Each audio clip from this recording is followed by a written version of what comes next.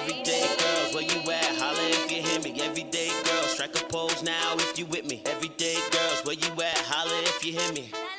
Strike a pose now, let get lit. Everyday girls, where you at? Holla if you hear me. Everyday girls, strike a pose now, let get lit. What we gotta say might be different, but we be really out here every day, trying to live it up. We just set the tone and we switch it out the blue.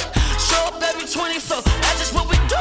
Said you need a break, soul sister, here's your invitation. We just made it, catch a little phase for your meditation. Let me do it. Everyday girls, where you at? Holla if you hear me. Everyday girls, strike a pose now, let get lit. What we gotta say might be different, but we be really out here every day, trying to live it up. What we doing? Welcome back to Everyday Girls, where girls just want to laugh, love well, and make lasting connections. I'm here with Kristen. You supposed to say I'm here with Marcy. I got caught up. Yeah, your army is soft. Thank you. I want to do something a little bit different today. I was watching a very good podcast. It's called A Way with Words, and y'all should check them out. Even though we don't be trying to shout out other podcasts on our show, but okay. They're really good. They have some interesting things to talk about, and the way that they open up their show is by doing a check-in, but they break it down. So they ask how you're doing spiritually, emotionally, and physically. And so I want to try to do that today. I want to copy. You know, we ain't above copying. When something good is good, we gonna give them their credit though. We inspired. Be inspired. So how are you doing spiritually? Spiritually, I'm good. This past weekend, our church had what they call the First Love Conference. And you know how you go to a message and it's just, you feel like the preacher is looking at you and talking to you? That's kind of how it was. It was very, like, I hope nobody hears her saying my business. Right. But it was really good. It was a great heart check, great head check. And so spiritually, I'm doing good. Me and God are good.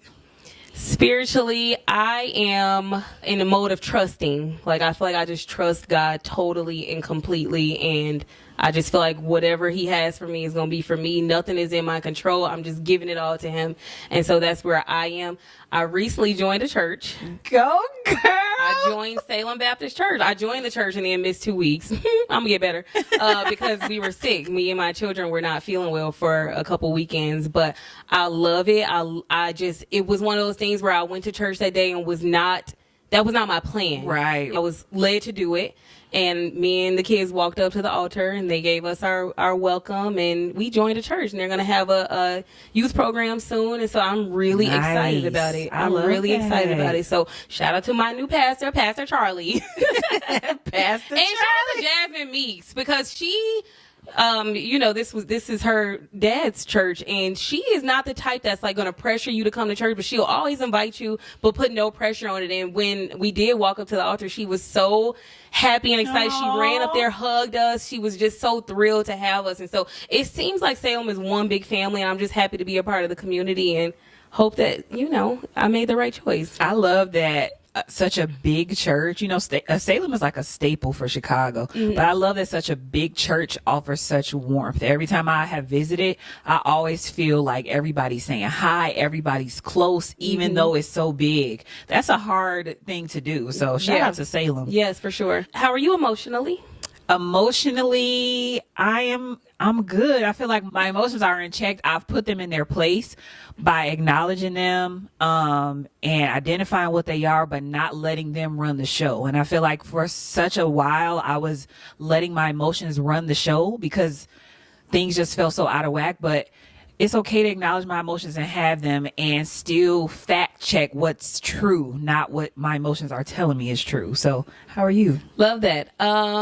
I would say I'm along the same lines. I'm really stable. I'm not having such high highs and such low lows. I'm just like in control of my emotions. And when I'm not, it's because it's that time of the month. But I feel very stable emotionally. And I'll just leave it at that. That's so good. Dang, we boring. We got it together. That's a good thing. No news is good news. Physically, I'm all right, I guess. Hey, tell me what you like about your body. Like on a really good day when you just feeling yourself, what is your favorite part that you are feeling about yourself? I think this answer is probably not exactly what you're looking for, but I like the way my body moves. Like I like the way I look when I move. I like that I'm fluid and I have flexibility. Even when I haven't done it for a while, I feel like my body is nice to me and reminds me that you can do it if you want to, whether that's a good stretch, like touching my toes, or just when I'm dancing somewhere. Even like music will catch me off guard at home and I'll be in the kitchen and I'm like, okay, I'm dancing kind of good. Yeah. Yeah. Are you done? I'm trying not to interrupt. Chrissy told me I'll be interrupting Please her. stop. I said I don't care. Well, I'm just trying to be courteous. Are you done? I can't believe you. I agree with that. I feel like you have always had a body like awareness, and so you just are very in tune with your limbs and your body parts. You was pop like yeah, because you know what everything is doing, and I feel like all your movement is very intentional, and so I really like that about your body too. Thanks. But to get more specific, I really like your pointy nose with the mole at the tip. That's my favorite thing. Okay, thank you. I really like your line. What? It's not there anymore. Okay. Y'all, my line is not there anymore. I checked. After that episode, I went to look in the mirror and I was like, it's not even there anymore. Oh, but I don't think I've ever told you this. I like your eyeballs. You like my eyeballs? Your eyes, not eyeballs. Why did I say balls? I like your eyes. Really? Yes, I do. Out of curiosity, what do you like about my eyes? I feel like I have very regular eyes. No, I feel like they definitely give off Egyptian vibes, and they are, I don't know, it's like they talking to me. Not when you doing all that. Can you just be regular? Well, thank you. What do you like about yourself physically? Physically, I really like having thick thighs. Like, I feel like it don't matter how much like weight I want to lose or whatever. I never want to lose my leg. I like big legs. I really like my legs. Okay. Set them things. You don't show them enough. I don't show them enough. I made the decision a couple years ago to not obsess over my body and like just love it the way it is, truly, genuinely, and deeply. And not just saying that to try to promote body positivity, but my thing is, if this is the body that I'm in, I'm going to do the best with what I got. I'm going to dress to my body. I'm going to love it and embrace it until it gets to where I want it to be. And so I made that decision when I felt like I would obsess and spend a lot of my day wasting time complaining about it, but I wasn't actually doing anything about it. You know what I mean? Right. And so I really want my daughter to not grow up obsessed with her body. And I feel like more women are obsessed than not. And more women can't find satisfaction in the way that they look than not. Unless you like have mental peace with the way that you look, nothing that you ever do is going to is so true. satisfy you. Like even now, I'll yell out randomly, I'll be like, beautiful. And Charlie be like, yes. And I'm like, how did you know I was talking to you? And she'd be like, because I'm beautiful. And I just really pray that carries with her forever. I need her to feel that and understand that forever. I love that. I love that. It's so important for our girls. Tula is very, dare I say, too confident. I don't think there's a such thing. And where do you think she got it from? I'm aware. But I want her to also, just because we both have really beautiful girls, I want her to know that it's also what's on the inside that matters, that makes you beautiful. Like I love one episode you said you always knew you were beautiful on the inside, and that is important to me because I know she knows she's beautiful on the outside. I want to make sure that she knows that what's in her is enough, and so that's important to me to bring to the forefront. Definitely, I agree with that. Good check-in. I like that. I like that too. So thank you again to that podcast for giving me that idea. We might start doing that on a regular. Yes. It's like more of a well-rounded check-in. It's not as like random as trying to think of how Sum it all up. I'm good. I'm fine. Right, because you might be feeling multiple things at one time and you don't know what to choose. And so I do like the breakdown of that. I do too. Outside of that, do you have any good news you'd like to share with our listeners? Yes, I do. In the last episode, I talked about how I was in the midst of choosing between 3 different jobs. I made my selection. finally, and I will be working somewhere that's prestigious, well known in Chicago, and just somewhere that I'm proud of for a salary that I'm proud of, and that I feel like I really earned and worked hard to get to this point in my life. And so I'm just excited. I'm so thankful for everybody around me encouraging me, because you know how you just get imposter syndrome about yourself, even though you know you're smart, you know you worked hard over the years, you know you deserve it. Even in the interview, I was just like, in like the final interview when they were making me the offer, the director asked me, like, because it's a management position, she was like, do you want this? She was like, you seem hesitant. And I was like, I'm not hesitant. I said, I'm just nervous. And I was honest with her. I was like, I think I'm having a little bit of imposter syndrome right now. She was like, well, this is yours. And like, she affirmed me in that moment. And she, you know, she could just want me and know I'm great. But if you don't know that about yourself, you know, we'll try to trick ourselves out of a blessing or out of something good. Well, I am exceptionally proud of you. Thanks. I feel like I've been in the trenches with you, and like you've arrived now. And so it's very exciting to sit back and watch this happen for you. And congratulations. Thank you. We're going to have to celebrate. We can celebrate after I get my first check. Drinks on me. It's about damn time. I'll take it. Well, is there any other update that you would like to give? Is there anything burning? I feel like the answer to that is yes. But in due time, I will talk about. You are so serious that in due time. I am serious. You know, sometimes you're excited about something, but it's just not the right time to speak on it. I agree. Just looking at the larger picture, I feel like I'm like that in general right now. I'm trying to just be still. You be quiet. chilling right now. No, I don't You be know. letting life happen to you, and it's happening fast, and like you ain't had to lift a finger. Well, the thing is, I came to a point where I realized the way that I was doing things was not working. It did not fit with where I wanted to go and who I wanted to be, and it just wasn't working. And you can't keep doing the same shit expecting different results. That's and true. so I'm really, truly trying to just be spiritually sound and just be still and be quiet. Like you said in the last episode, get to know me. Like, who am I and what do I want? What do I need? And so that's where I'm at. Okay, what's one thing that you need right now that you've discovered in your chill era? That is a really good question. I think I need to be brutally honest. Not to say that I want to be rude or like hurt anybody's feelings, but more so I need to be brutally honest with myself. That can mean a lot of things, but mostly like how I interact with people. Like something down to, it could be as simple as like what you mentioned earlier. You were around a lady who was just making jokes nonstop and you didn't feel like laughing. You know what I mean? Like, I Yes. don't even want to fake laugh. I don't want to.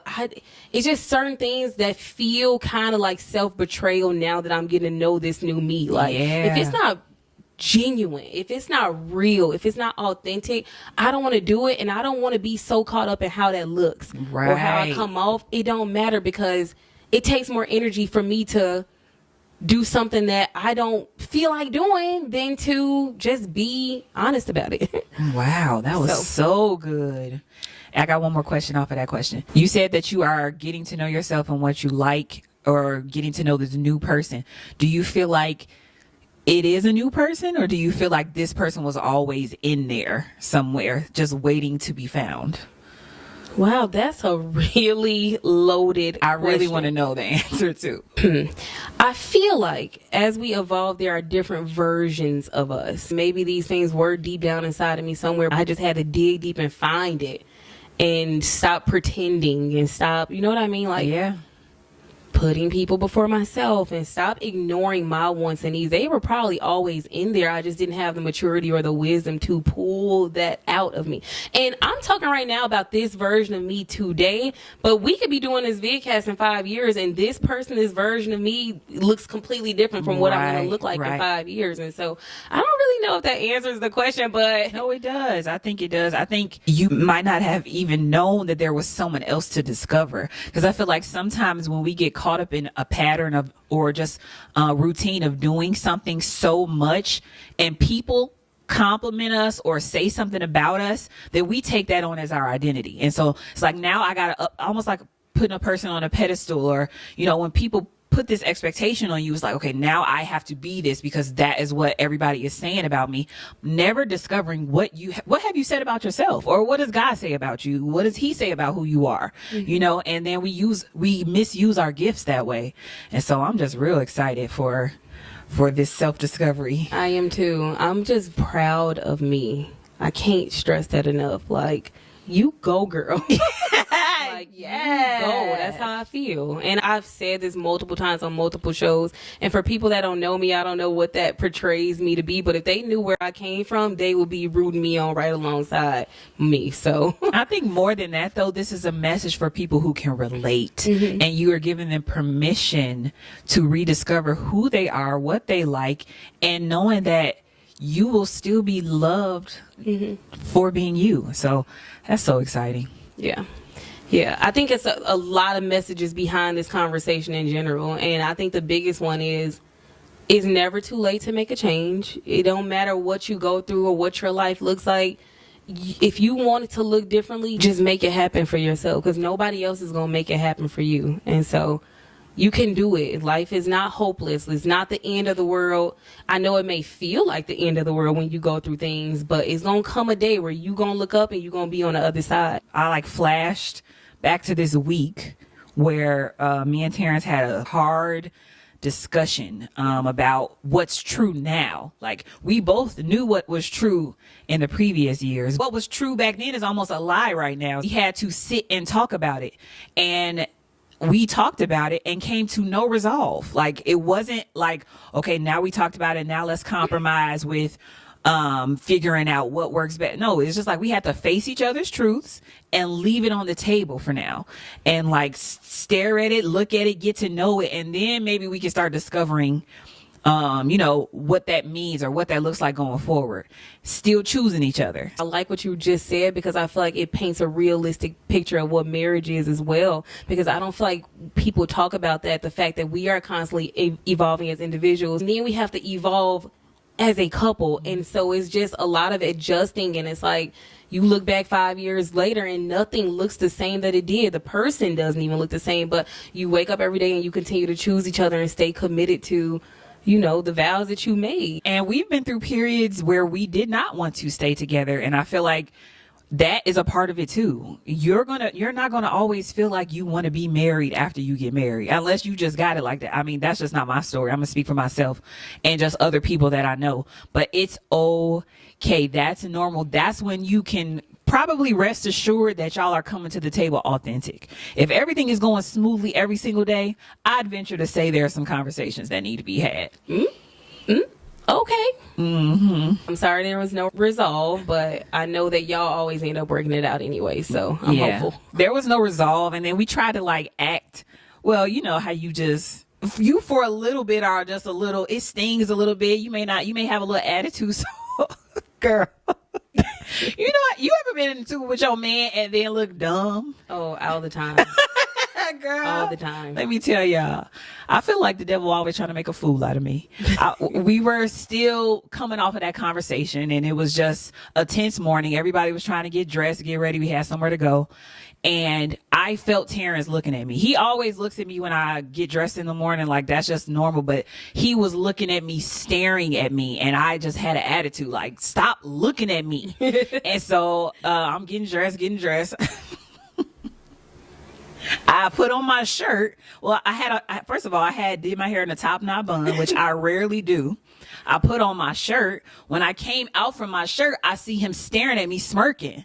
And I was like, what's so funny? Like, really buck, like big man. He was like, nothing.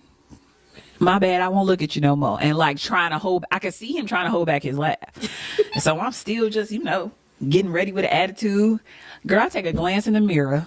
My sock was showing out of my bun. I had alfalfa bun while I'm trying to be hard and act like I'm He was probably trying to tell my dumb ass that my sock was showing out of my bun. And you had an attitude. And I had an attitude. And he let you look dumb. And then I was like, then I got mad. Like, you ain't gonna tell me my sock was showing in my bun. And that kind of broke the ice. And we were able to kind of just still not finding like a solution to the issue, but not holding on to the point where we just got to walk around with an attitude for the rest of the week. And I just want to encourage other people to do that too.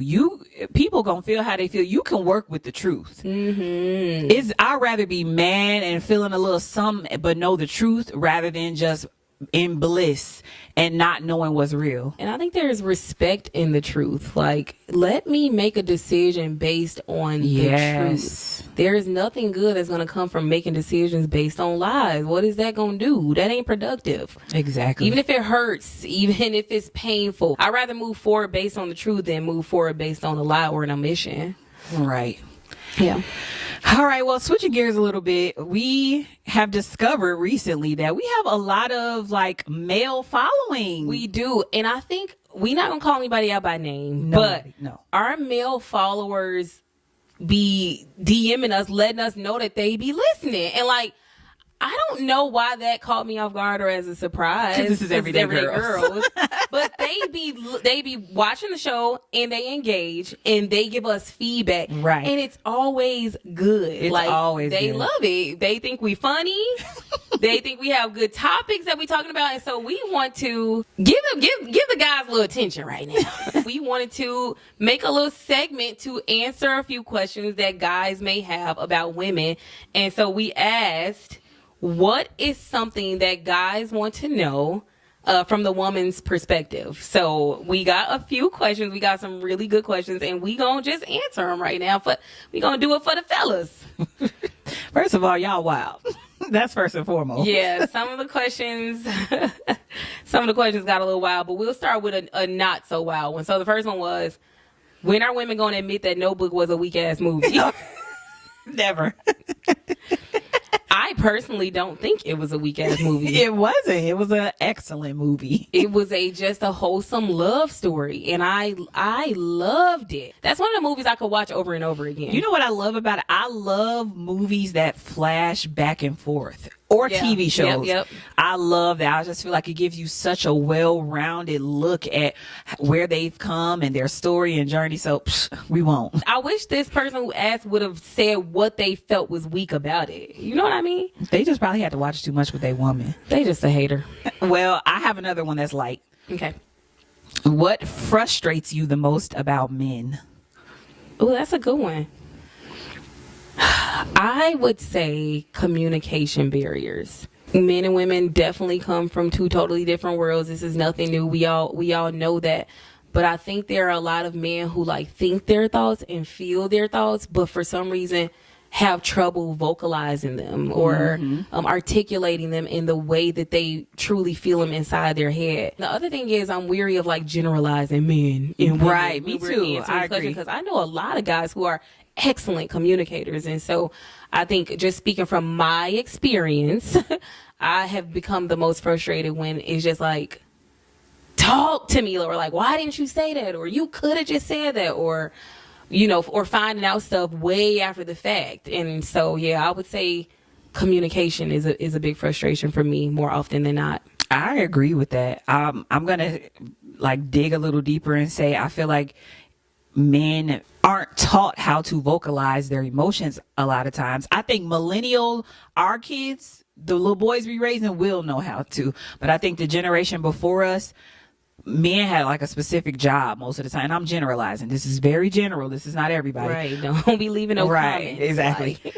But I think generally speaking, you are taught to be hard, and you almost have to, depending on the neighborhood you grew up in, depending on the household you grew up in, and not to just put it all on the men or the dads, but sometimes I feel like women don't leave room. They don't leave room for a man's emotions or feelings or thoughts to be heard because of the frustration we have, because sometimes when they talk, it don't make sense. And so I think it could go both ways. I definitely have to agree that communication barrier, I feel like, and just speaking in my own relationship, Terrence can compartmentalize things, you know, like this is the finance box, this is the kids box, this is the, our relationships box, this is the romantic box. But with me, if you ain't taking care of, if the finances is messed up, that's gonna interfere with how I'm treating the kids, and then that's gonna interfere with me when I have sex, and then that's like, it just all strings together for me. Yeah. And I feel like a lot of times we bring up stuff, they be like, what that got to do with it? Well, this is why. I mean, it just has to do with everything, because it's all connected. Let me give a small example that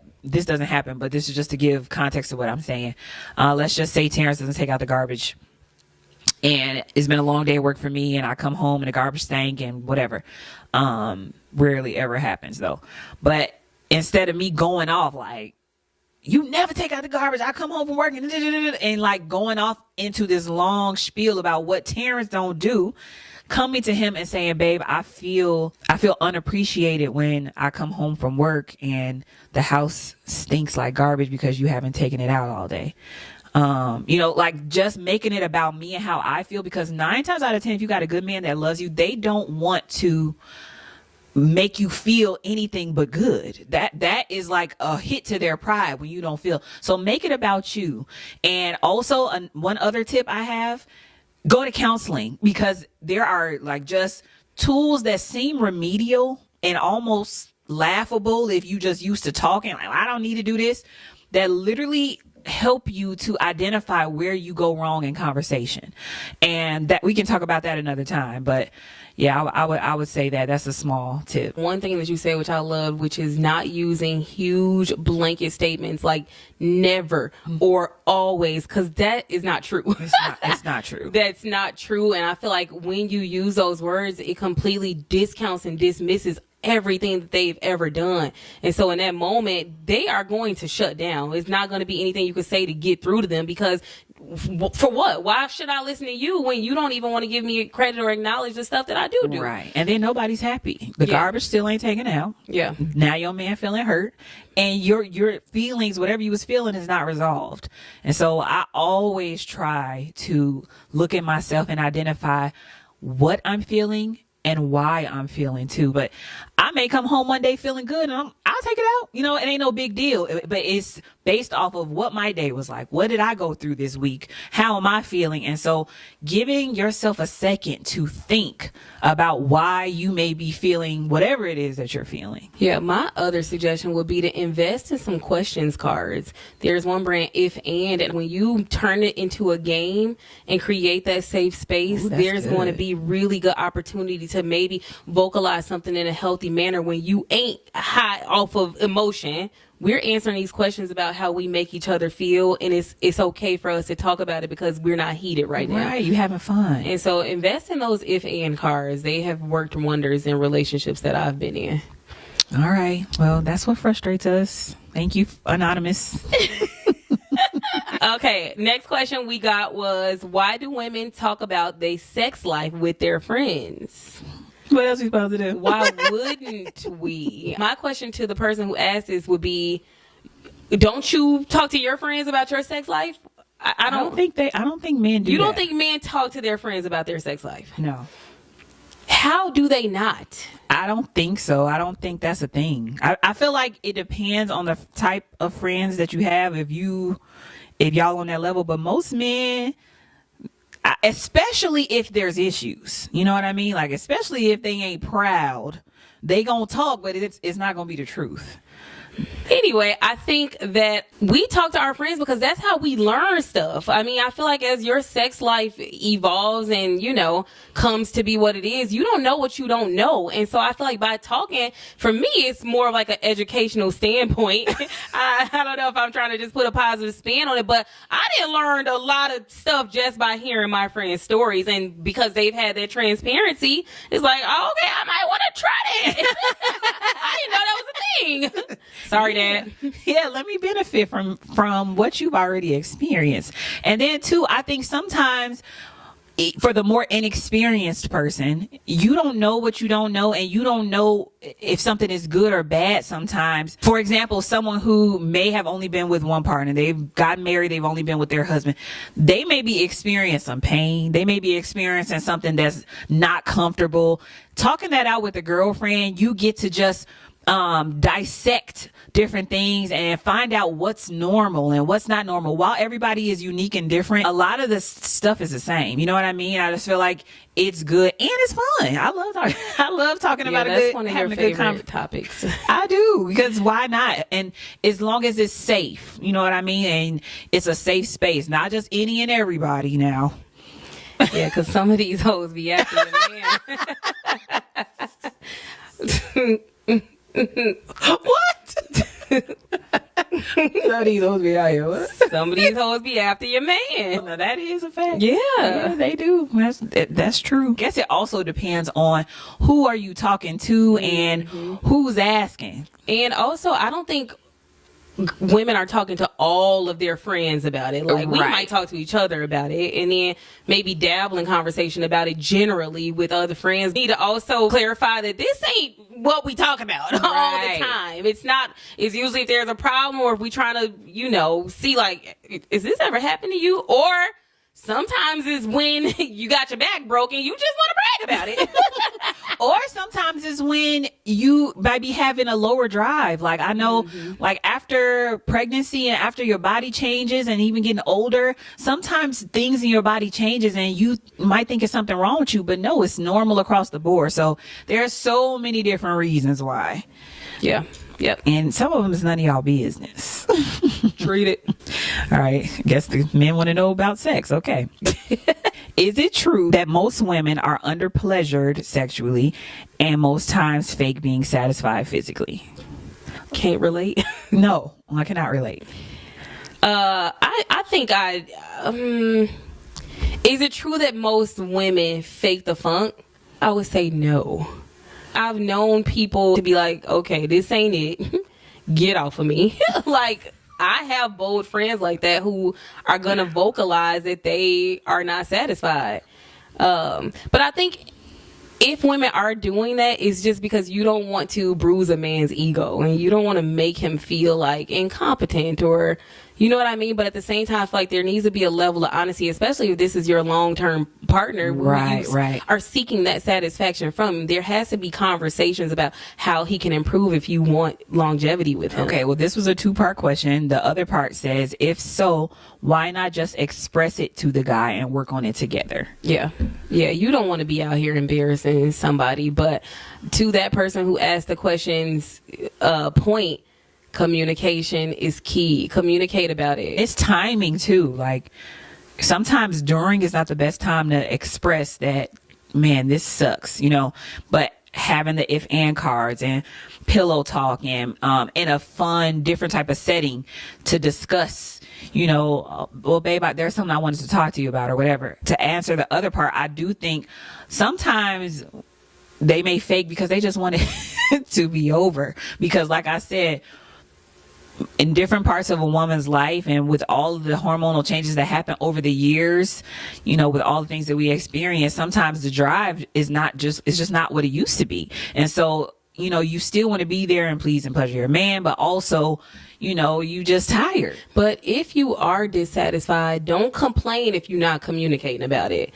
Don't complain and go run into your friends. Now, this is a point where I feel like it's unfair to go be talking to your friends about it because you haven't talked to your partner about it, and you know what I mean? Don't do that. So I feel like there has to be a way, like you said, to open up about it and to just let him know. If you are, let me use the scientific terms, because our parents watching, but if you really want to know if the woman, orgasmed, if you really want to know, it's okay to ask. Don't keep repeating it.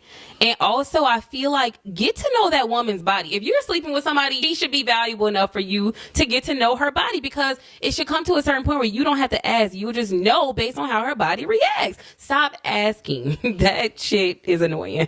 Message. We can get real up in here. Oh my goodness. Alrighty then. This is new territory for everyday girls, but y'all asked, so and they be watching, so We're gonna get the people what they want. Everyday people. we need to change our name. I don't know. Okay. This is the last one we'll ask for today. We have more, but we want to save them because this could go on and on. Do women want a strong alpha male to submit to, or someone they can control and wear the pants all the time with? And second part is, it doesn't mean the guy is a pushover. It's just someone who lets the woman be the lead with no pushback. Wow, I think this is very dependent on the individual people, their lifestyle, the inner workings of their finances and their personalities. This question is going to be very unique to the person, because there might be some men who like women to run it and initiate and take the lead. That's true. And there might be some men who are very turned off by that. And so I think it's just very dependent. But I think I can speak from my perspective. I was raised by a very independent woman, and I do feel like that trickled down to me. And so that's how I learned how to do life, living genuinely within my independence. And I feel like that's kind of been a downfall in some of my dating situations or relationships, because I get weird about stuff, like money being one of them. Like, you want to pay for me? No, I could pay for myself, or I could pay for both of us. Like, it just, I become the man. And I do feel like what I've discovered is that when I really trust a man to lead, when I really can trust him to step up in that way, I let him have it. I fall back, and that's when I'm really like in my feminine energy and letting him be that, because I trust him. But if I don't trust you, I know that I only have myself to rely on. And so I can come off a little bit more dominant and just take the lead on things, because I know that I can rely on myself to do so. Yeah, I feel like you hit the nail on the head with the trust factor. Blanket statement answering that question, does a woman want an alpha male or does a woman want to take the lead? That depends on the woman. That's just the answer to that question. However, I do believe that majority of women would be more willing to submit to someone, like you said, that they can fully trust in every area. Thank you guys for all of the question submissions. We still have more. We may make it a segment on a regular, but we want to hear from our girls too, okay? This is Everyday Girls. It's about y'all. Thank you so much for watching, everybody. Like, subscribe, comment, subscribe. We trying to get our subscribers up. Might be a little giveaway. You know what I'm saying? And we will talk to y'all later. See you. Everyday girls, where you at? Holla if you hear me. Everyday girls, strike a pose now if you with me. What we gotta say may be different, but we be really out here every day.